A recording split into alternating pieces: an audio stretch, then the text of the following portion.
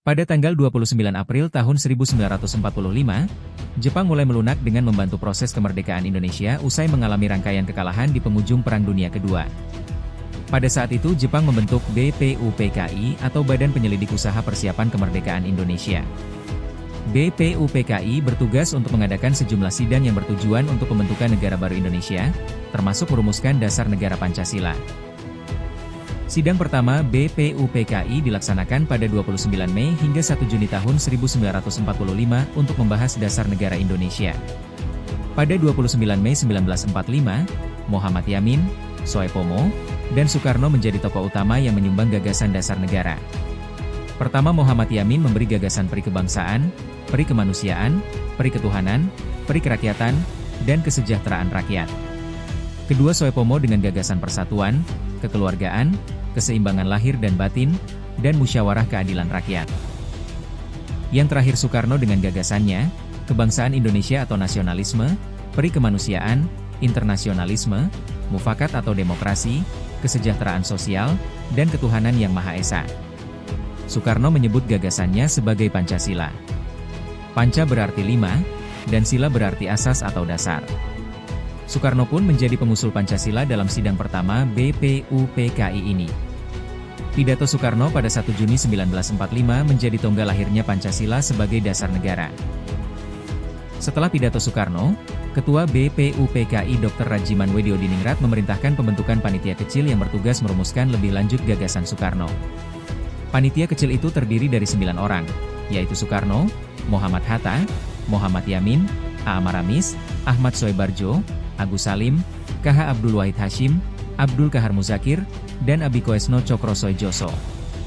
Maka panitia ini disebut Panitia 9.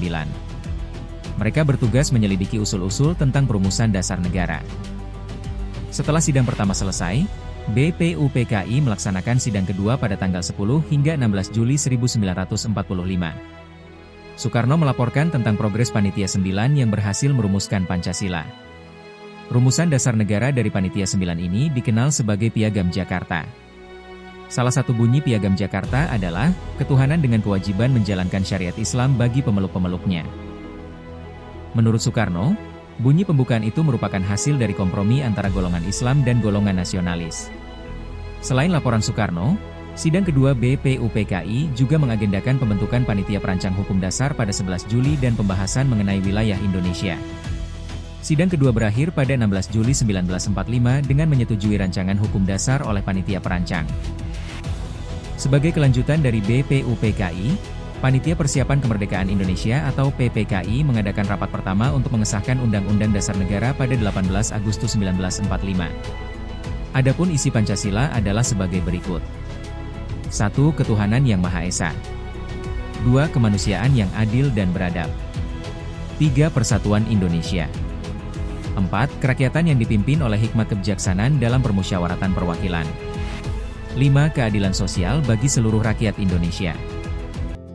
Pelajaran yang dapat diambil dari peristiwa tersebut adalah 1. Pancasila lahir dari proses diskusi dan musyawarah untuk mufakat. 2. Para tokoh saling menghargai pendapat sehingga lahir keputusan yang mencerminkan persatuan.